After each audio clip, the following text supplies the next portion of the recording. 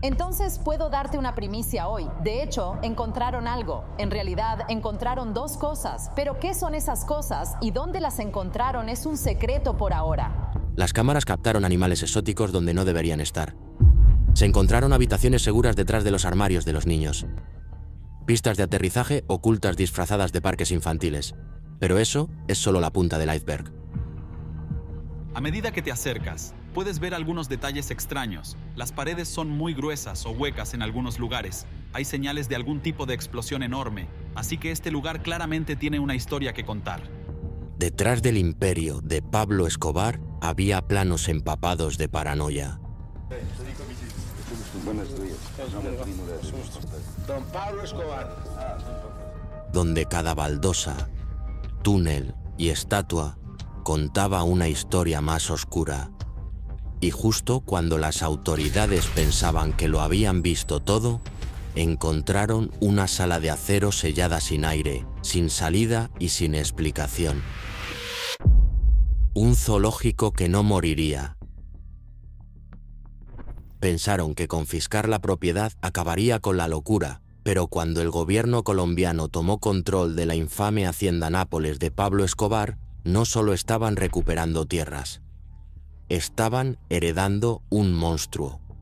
Al entrar en la finca, los funcionarios se encontraron con elefantes deambulando por campos abiertos, jirafas asomando sus cabezas a través de recintos rotos y, lo más notorio, hipopótamos. La mayoría de los animales exóticos fueron trasladados a zoológicos adecuados, pero ¿los hipopótamos? Ahí es donde las cosas se salieron de control. Las autoridades los consideraron demasiado agresivos y complicados de mover, así que los dejaron, solo 4, 3 hembras, un macho. Eso fue todo lo que se necesitó. Los animales vagaron desde la finca hacia los humedales circundantes. Encontraron el río Magdalena y comenzaron a multiplicarse rápidamente. Hoy en día ya no son los hipopótamos de Escobar, son el problema de Colombia. Los agricultores reportan cercas destrozadas y pastizales inundados. Los pescadores se quejan de que los botes son seguidos y perseguidos. Y los biólogos están dando la voz de alarma. Un hipopótamo adulto puede liberar hasta 20 libras de desechos diariamente, desechos que alteran los ecosistemas fluviales, aumentan el crecimiento de algas y agotan el oxígeno del agua. En otras palabras, una bola de demolición biológica. Han intentado todo. Dardos tranquilizantes, cercas, anticonceptivos experimentales, incluso cirugías en la naturaleza.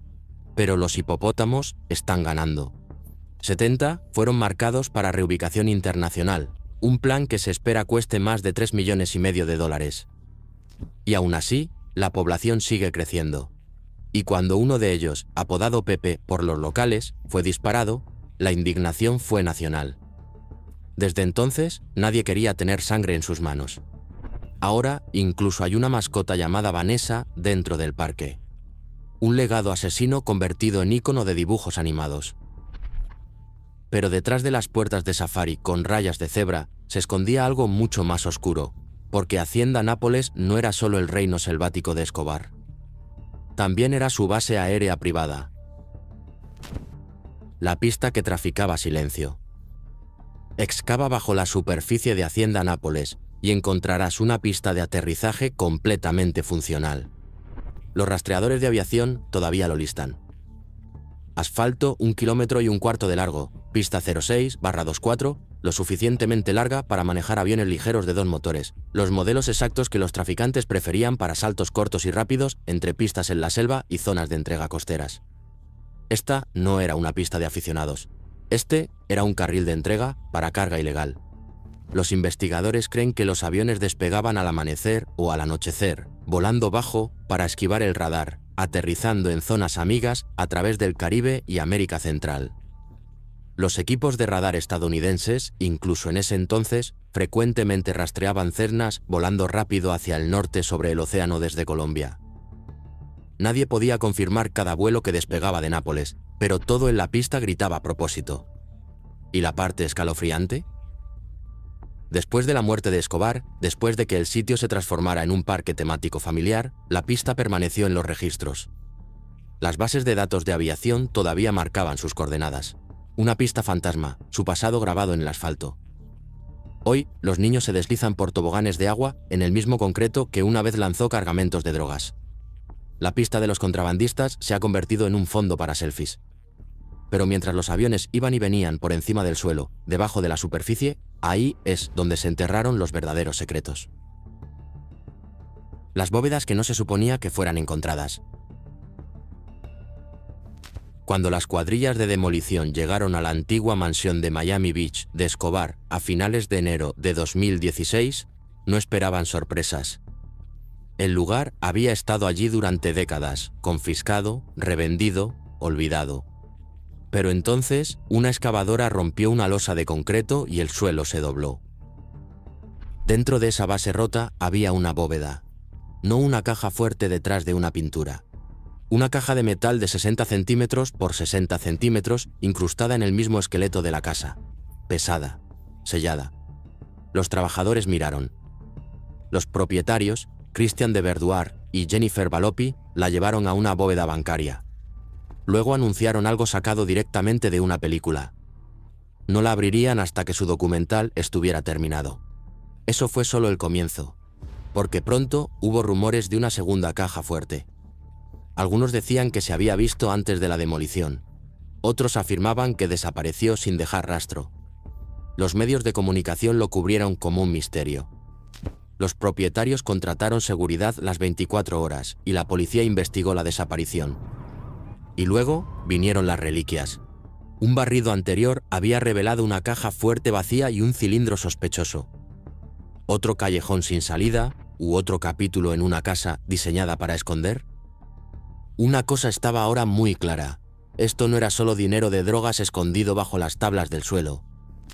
Era un ocultamiento integrado en la arquitectura, construido durante la construcción, vertido en los huesos. En cuanto a lo que hay dentro, nadie lo sabe. ¿Oro?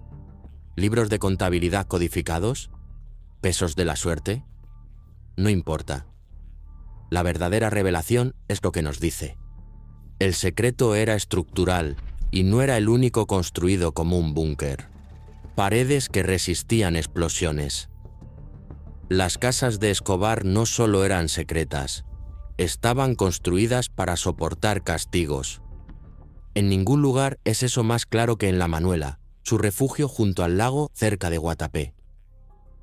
En 1993, una explosión dirigida atravesó la propiedad, y mientras los techos se derrumbaban y los muebles desaparecían en escombros, gran parte de la estructura exterior se negó a caer. ¿El secreto? Muros de doble capa, no para dinero, para sobrevivir. Investigadores y visitantes confirmaron más tarde lo que revelaron los escombros. Las paredes estaban diseñadas con un vacío incorporado entre dos capas de mampostería. Ese espacio actuaba como un amortiguador primitivo, algo más cercano a la arquitectura de grado militar que al diseño de lujo. Y en el último año de Escobar, esa elección de diseño tenía sentido. No solo estaba huyendo de las fuerzas del orden, estaba en guerra con los vigilantes. El grupo conocido como los Pepes utilizaba bombas, incendios y un poder de fuego implacable para borrar su influencia. Cualquier propiedad sin protección era un objetivo, así que reforzó las paredes. Los guías turísticos aún cuentan historias de montañas de dinero escondidas dentro de esas cavidades, pero la evidencia apunta en la otra dirección. No hay fajos de billetes sueltos, no hay bóvedas ocultas en este caso. Solo ingeniería inteligente. Sacrificar la capa exterior para preservar la estructura. Después de la explosión, esas paredes dobles se mantuvieron en pie mientras todo a su alrededor se desmoronaba. Escobar no solo estaba almacenando riqueza, se estaba preparando para un asedio. Y cuando ese asedio finalmente llegó, no se detuvo en los edificios. Incluso sus posesiones más preciadas fueron cazadas. La noche en que el lujo se convirtió en cenizas. Febrero de 1993, un almacén en Medellín estalla en llamas. Pero este no fue un incendio al azar, fue intencionado. El grupo de vigilantes, los Pepes, había irrumpido y rociado el lugar con gasolina, incendiando la sala de exhibición privada de Escobar en un solo y brutal acto de represalia. Para la mañana, 6 Rolls Royce, un Porsche, un Mercedes y alrededor de 20 motocicletas se redujeron a metal retorcido. La policía documentó cada chasis derretido, cada capó ennegrecido. Años después, los turistas que visitaban Hacienda Nápoles pasaban junto a los restos oxidados. Los vehículos que alguna vez fueron impecables ahora yacen como ofrendas quemadas, carcazas de acero dispuestas en filas, tapacubos deformados, motores expuestos. Pero, como con todo lo que Escobar tocó, las ruinas no permanecieron en silencio. Las leyendas se adhirieron a los restos. Una historia popular afirma que él poseía el Cadillac blindado de Al Capone. Los guías turísticos señalan un sedán negro carbonizado como prueba, pero los expertos en automóviles dicen lo contrario. Ese modelo no coincide. Algunos creen que Escobar perforó agujeros en un Cadillac antiguo él mismo, fingiendo una estética de gángster.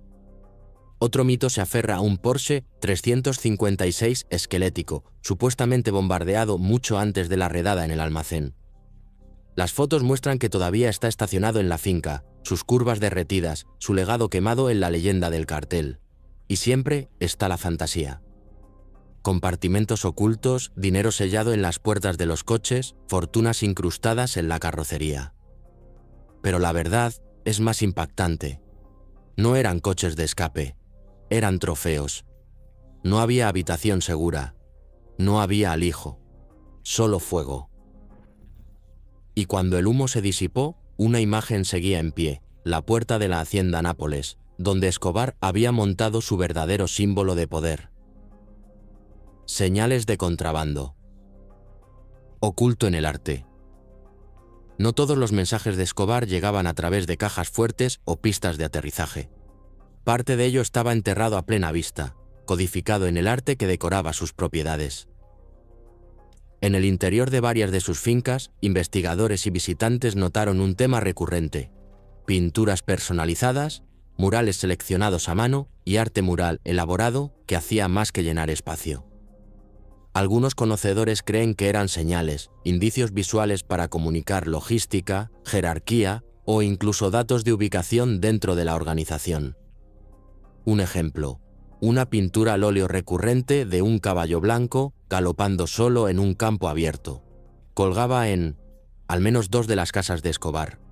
Inofensivo a primera vista, hasta que antiguos afiliados del cartel alegaron que era una referencia a la bestia, un nombre en clave para una ruta de contrabando que atravesaba el Orinoco. Otro lienzo enmarcado representaba una fila de barcos moviéndose a través de la niebla. Según los rumores, correspondía a una ruta marítima específica utilizada para envíos nocturnos hacia Panamá. También se decía que varias casas de seguridad incluían murales abstractos donde ciertas colocaciones de colores, azules, rojos y amarillos, se alineaban con la disposición de las habitaciones y las ubicaciones de almacenamiento. Piénsalo como un cifrado visual. Si conocías el código, sabías dónde estaba el producto. Los historiadores del arte que más tarde revisaron algunas de estas piezas las describieron como inusualmente detalladas para la decoración de la era narco. Algunos incluso llevaban firmas, alias imposibles de rastrear, que se sospechaba eran nombres en clave de carteles. Y al igual que el avión con rayas de cebra de la finca o las estatuas de dinosaurios, estas pinturas caminaban la línea entre mato y mensaje. ¿Eran mapas codificados, señales para los de adentro, o simplemente humo y espejos costosos? Las salas de estar construidas para desvanecer dinero. En una de las antiguas casas de seguridad de la familia de Escobar, Roberto Escobar una vez demostró un truco que decía todo sin decir mucho. Se arrodilló junto a un escritorio ordinario en la sala de estar, levantó una tabla de madera debajo y reveló un compartimento oculto lo suficientemente grande, según él, para esconder $2 millones. Luego dejó caer la tabla de nuevo en su lugar como si nada. Esto no era un truco aislado. A lo largo de múltiples propiedades, las casas de Escobar habían sido diseñadas con el ocultamiento integrado en lo cotidiano. Los escondites no se limitaban a cajas fuertes de acero o búnkeres reforzados. Estaban construidos en los tablones del suelo, mesas de café, azulejos del baño y detrás de tapices en las paredes. La estrategia de ocultamiento estaba tan profundamente incrustada que se convirtió en parte de la arquitectura interior. Según Roberto, el cartel gastaba más de $2.500 cada mes. Solo en bandas elásticas, no para documentos, sino para apilar dinero. También afirmó que rutinariamente descontaban 10% del efectivo almacenado debido a la humedad, ratas o pérdida general. Ese nivel de desgaste solo tenía sentido en un mundo donde el dinero en efectivo se escondía por todas partes, a veces apresuradamente, a veces de forma permanente. Después de la muerte de Escobar, las consecuencias tomaron un giro extraño. Las propiedades fueron saqueadas no solo por las autoridades, sino también por cazadores de tesoros, todos con la esperanza de descubrir millones enterrados dejados en las paredes o debajo de las baldosas. Algunos sitios fueron encontrados destrozados, con paredes perforadas y muebles destrozados. Incluso años después, ciertos guías turísticos seguían señalando sutiles peculiaridades estructurales, un ladrillo suelto aquí, un panel hueco allá, no prueba de riqueza, sino ecos de un sistema que exigía esconderse a plena vista. La arquitectura contaba su propia historia. Cada habitación era una bóveda. Cada objeto inocuo era un contenedor potencial. El imperio de Escobar no solo estaba protegido por armas, sino que se preservaba a través del diseño. Y ese diseño no se detenía en Colombia. En las costas de Miami Beach, una mansión pronto revelaría el mismo plano exacto, diarios codificados y fragmentos de libros de contabilidad aún desaparecidos. A pesar de todas las cajas fuertes abiertas y escondites descubiertos, hay una categoría del imperio de Pablo Escobar que sigue en gran parte sin contabilizar, sus libros de contabilidad. No los registros de drogas que todos asumen estaban guardados en bóvedas, sino los cuadernos escritos a mano y los diarios codificados que los conocedores afirman registraban todo, desde sobornos hasta traiciones. Varios exasociados, incluido el contador del cartel, Roberto Escobar, han aludido a un rastro paralelo de documentos, pequeñas libretas espirales, hojas rasgadas y libros de bolsillo llenos de números, iniciales y marcas extrañas. Algunos de estos fragmentos supuestamente estaban disfrazados como cuadernos escolares o diarios de oración, escondidos en cajones discretos o dentro de la ropa. En dos redadas separadas, una en Medellín, otra cerca de Envigado, las autoridades sí incautaron registros financieros incompletos. Pero los rumores más jugosos se centran en lo que no se encontró. Según los susurros, Escobar mantenía un libro mayor maestro cifrado con un código que solo él y 2 personas más conocían. Y no se trataba solo de dinero en efectivo. Supuestamente incluía referencias codificadas a casas de seguridad, propiedades en el extranjero y pagos a funcionarios no identificados. ¿La pista más escalofriante? Un libro en blanco encontrado durante una redada en 1992.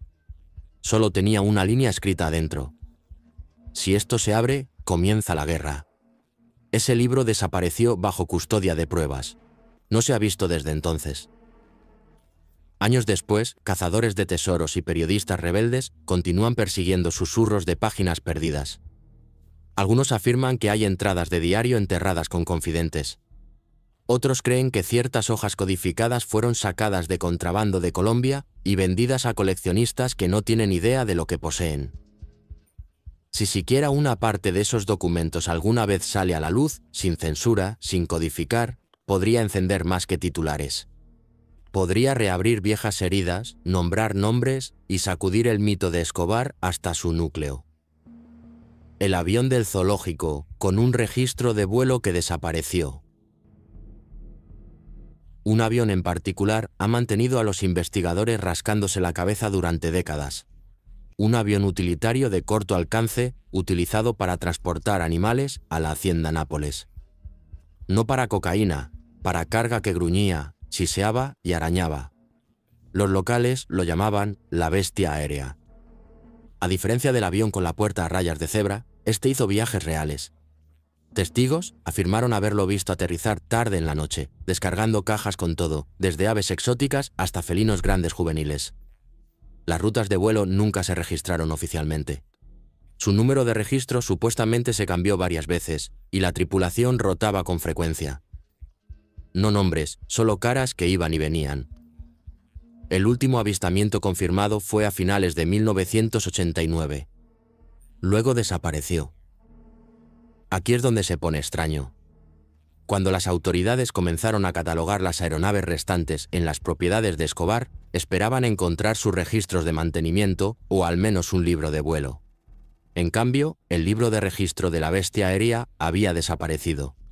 No estaba extraviado, borrado. Pero los rumores persistieron. Algunos dicen que los vuelos finales no transportaban animales en absoluto, sino personas. Miembros del cartel, negociadores, posiblemente incluso figuras políticas buscando un pasaje seguro y fuera del radar. Una versión no confirmada afirma que el último viaje fue a una pista de aterrizaje en la selva cerca de la frontera con Venezuela y que nunca regresó. Un mecánico retirado de la Fuerza Aérea que inspeccionó los aviones sobrevivientes años después dijo que el espacio del hangar designado para el avión de animales estaba inusualmente reforzado. Paredes más gruesas, anclajes de piso modificados, una sola línea de cadenas oxidadas, todavía atornilladas a la pista frente a la selva. Entonces, ¿realmente usó Escobar el zoológico como cobertura para movimientos encubiertos? ¿O era el avión en sí un señuelo? ¿Su verdadero propósito oculto tras un rugido y una jaula? Sea lo que sea, el libro de registro perdido deja una página más en blanco en la historia del narco que nadie ha podido escribir. Facturas de electricidad que seguían llegando años después de su muerte. A mediados de la década de 2000, la mayoría de las propiedades principales de Escobar habían sido incautadas, demolidas o convertidas en sitios turísticos. Su imperio fue oficialmente desmantelado, o eso parecía. Pero en 2007, algo extraño llamó la atención de los auditores fiscales colombianos. Registros de servicios públicos vinculados a una propiedad rural que se creía abandonada. Específicamente, facturas de electricidad, pequeñas, consistentes y curiosamente regulares. Mes tras mes, el consumo de energía continuaba, suficiente para alimentar luces, ventilación y electrodomésticos básicos. No lo suficiente para la agricultura, no lo suficiente para vivir de manera residencial. Lo justo para sugerir presencia. Los investigadores finalmente rastrearon las facturas hasta una finca discreta en la región de Antioquia, una que nunca había sido listada entre las propiedades oficiales de Escobar. Estaba registrada bajo una empresa fantasma disuelta a principios de los años 90. Pero cuando los agentes llegaron, no encontraron ocupantes ilegales ni traficantes. Encontraron una casa vacía. Pero vacía no contaba toda la historia. Las paredes estaban recién pintadas. La cocina tenía alimentos enlatados sin caducar. Aún más extraño, el refrigerador zumbaba y las luces de seguridad estaban completamente operativas. Quienquiera que hubiera estado allí se había ido recientemente, posiblemente días antes. En la parte trasera, un pequeño generador estaba cubierto bajo una lona de plástico, conectado, con combustible, listo. Los oficiales registraron el lugar en busca de evidencia de actividad reciente del cartel, pero no encontraron nada. No había drogas, ni armas, ni huellas dactilares. Solo señales silenciosas de mantenimiento. Un dormitorio con una cama hecha. Un calentador de agua ajustado a medio. Una radio de onda corta desenchufada, pero funcional. Entonces, ¿quién estaba pagando las facturas y por qué? Los registros apuntaban a una cuenta de tenencia en el extranjero que había estado inactiva durante más de una década hasta que comenzó a pagar automáticamente esa única factura cada 30 días. Sin nombres, sin intentos de inicio de sesión. Solo un goteo frío de electricidad para una propiedad que oficialmente nunca importó. Hasta el día de hoy, nadie ha reclamado la propiedad, pero el medidor de electricidad no miente. Y en un mundo donde los secretos se enterraban en paredes, túneles y cajas fuertes, tal vez Escobar dejó algo más.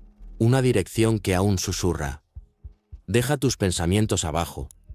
No olvides suscribirte porque lo que vamos a explorar a continuación podría conectar todo lo que creías saber sobre el imperio de drogas más infame del mundo.